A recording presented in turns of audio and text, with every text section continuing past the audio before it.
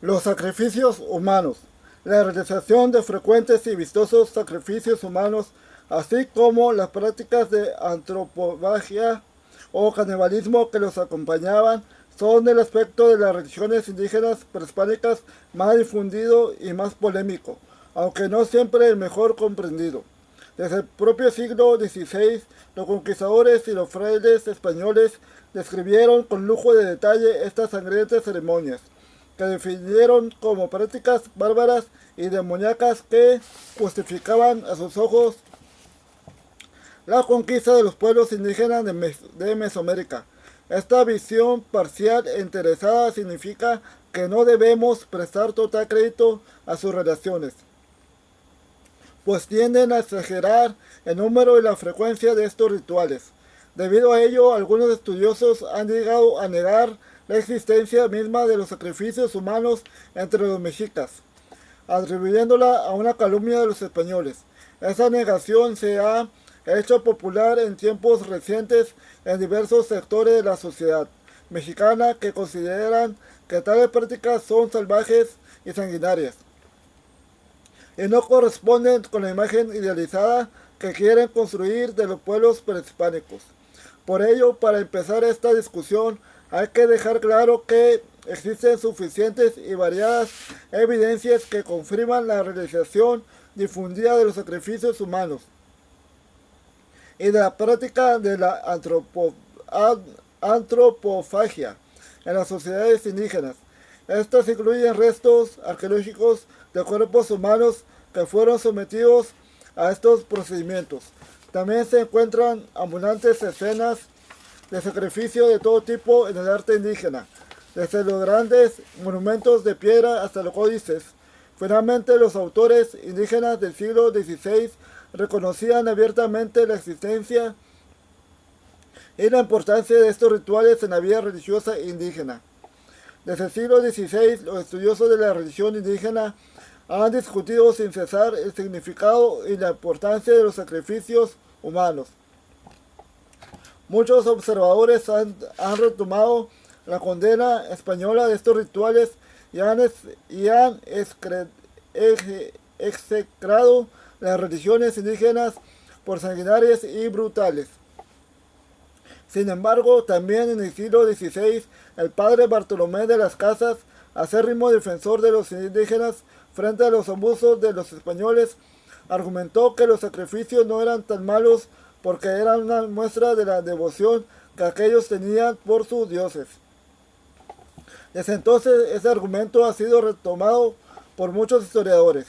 La mayoría de los especialistas coinciden hoy en que los sacrificios humanos eran una forma de culto religioso, basada en la creencia y valores de los pueblos indígenas, y que debe ser comprendida como tal, sin imponer nuestros juicios morales y culturales al respecto. Antes de tomar partido por una posición o la otra, me parece que es importante que conozcamos bien las principales características de los sacrificios humanos realizados por los mexicas y los otros pueblos indígenas y que también refutemos algunas de las exageraciones de sus detractores. Para empezar, es necesario que aclarar lo que entendemos de manera precisa por sacrificio humano. En náhuatl, esa práctica se llamaba tlacamix, no, tlacamictilizatli, o muerte de personas. Pero es necesario que la distingamos de otra forma de matar seres humanos, como podrían ser las ejecuciones judiciales o la muerte de sus masacres en guerra. Los sacrificios humanos son rituales en que distintos tipos de personas eran muertas de manera deliberada con un objetivo que podemos considerar religioso, ya sea para alimentar a los dioses o para transformar a los seres humanos que los rodeaban. Aquí cabe hacer una distinción importante. Hemos visto como a lo largo de las ceremonias religiosas era frecuente que ciertas personas se transformaran en imágenes de los dioses y luego fueran sacrificadas y a veces devoradas. En este caso estaríamos ante otro tipo de ritual, pues el muerto era un dios que ofrendaba su vida a los hombres y les servían de alimento. El tipo más frecuente y más famoso de sacrificio era el de los cautivos enemigos de guerra. Estos jóvenes varones eran tomados prisioneros en batalla por los militares mexicas y llevados a México Tenochtitlán. Vivían durante varios meses en la casa de los guerreros que los habían capturado, donde eran tratados como miembros de la familia y llamados hermanos de su cautivador. Finalmente eran llevados al templo principal de la ciudad o a algún templo de barro y sometidos a una compleja preparación ritual. Era fundamental que los cautivos aceptaran su destino y caminaran por su propio pie hasta su sacrificio, por lo que a veces se recurría a que tomaran drogas para no perder el ánimo. Cuando llegaba el momento final, los cautivos trepaban las empinadas escalinatas del templo y ahí eran colocados boca arriba, con los brazos y piernas extendidos. Sobre el Texcatl, la piedra de sacrificio, y unos o más sacerdotes abrían su pecho con una navaja de pedernal obsidiana para extraer su corazón. Este órgano, considerado el lugar donde se residía la fuerza de la vida, era ofrendado al dios Huitzilopochtli y a otras deidades, quienes también eran alimentadas con la sangre del cautivo. Tras el sacrificio, del cuerpo sin vida era arrojado por el lado del templo. Al caer al piso era descuartizado y sus piernas y brazos eran entregados a la familia de su cautivador. Con esa carne se organizaba un fastuoso banquete en el que se celebraba el triunfo del guerrero mexica sobre su enemigo. Significativamente, mientras que todos sus parientes, vecinos y amigos participaban de este festín, el propio guerrero se abstenía de probar la carne, pues decía que no podía comerse a sí mismo. Esto significa que el cautivo se había convertido en su hermano, como lo llamaban aún en vida, y que su muerte significaba de alguna manera la muerte parcial del propio cautivador. Por ello, algunos estudiosos han propuesto que el sacrificio servía también como una forma de expiación de los propios guerreros mexicas, que mataban y purificaban una parte de su ser por medio del cautivo que moría en su lugar. También hay que destacar el hecho de que los cautivos enemigos no buscaban escapar de su destino, sino que generalmente colaboraban en su sacrificio. Esto nos indica que compartían las creencias religiosas mexicas y consideraban la muerte ritual como un fin glorioso, propio de un guerrero valiente. Además, les abría el camino a un buen destino póstumo, pues los sacrificados se convertirían en los compañeros del sol en su camino por el cielo, y luego regresaban a la tierra en forma de colibríes que vivían librando el néctar de las flores. En suma, el sistema religioso de los sacrificios humanos era compartido por muchos pueblos indígenas y creaba vínculos profundos entre ellos. En este sentido, las guerras que hacían entre ellos no tenían solo importancia militar y política, sino también religiosa. Aunque la mayoría de las historias escritas por autores indígenas y españoles poco después de la conquista coincidían en la descripción detallada de cómo se realizaban esos rituales, tenemos evidencia menos clara con respecto a su frecuencia y su número.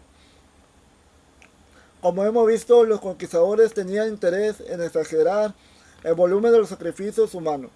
Basados en sus informaciones, ha habido autores que sostenían que solo en México Tenochtitlan se mataban a más de 10.000 guerreros enemigos por año.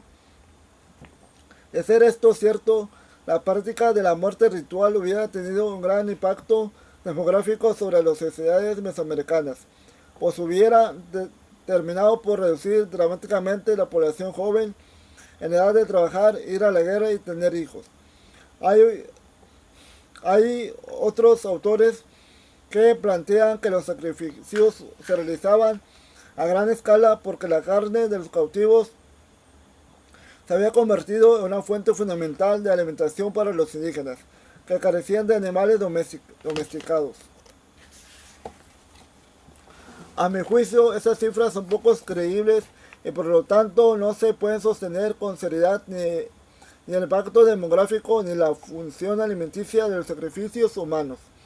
Por el contrario, las propias historias parecen demostrar que los sacrificios no eran tan abundantes y que matar a un cautivo y comer su carne eran ocasiones excepcionales en la vida de la mayoría de los mexicas.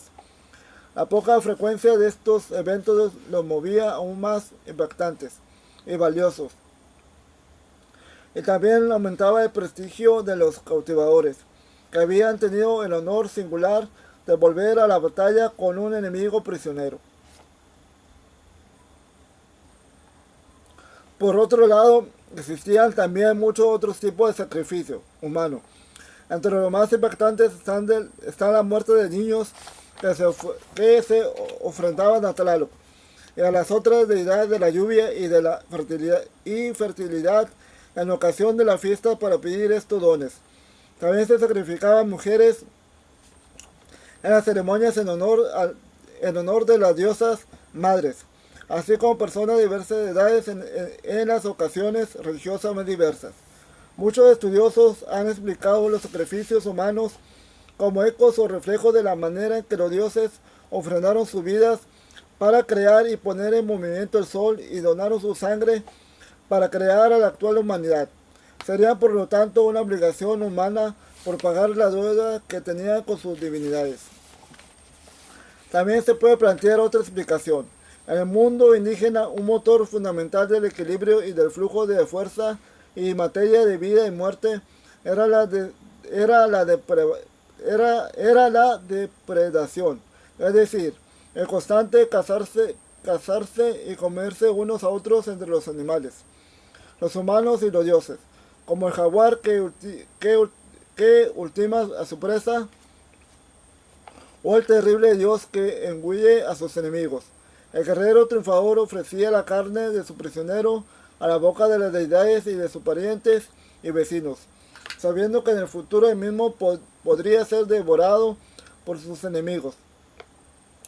Los sacrificios humanos y la antropofagia creaban y mantenían los indispensables vínculos con los dioses, pero también vínculos fundamentales entre los seres humanos y entre los pueblos. Era otra manera en que se tejían las relaciones de intercambio que mantenían funciones en el cosmos.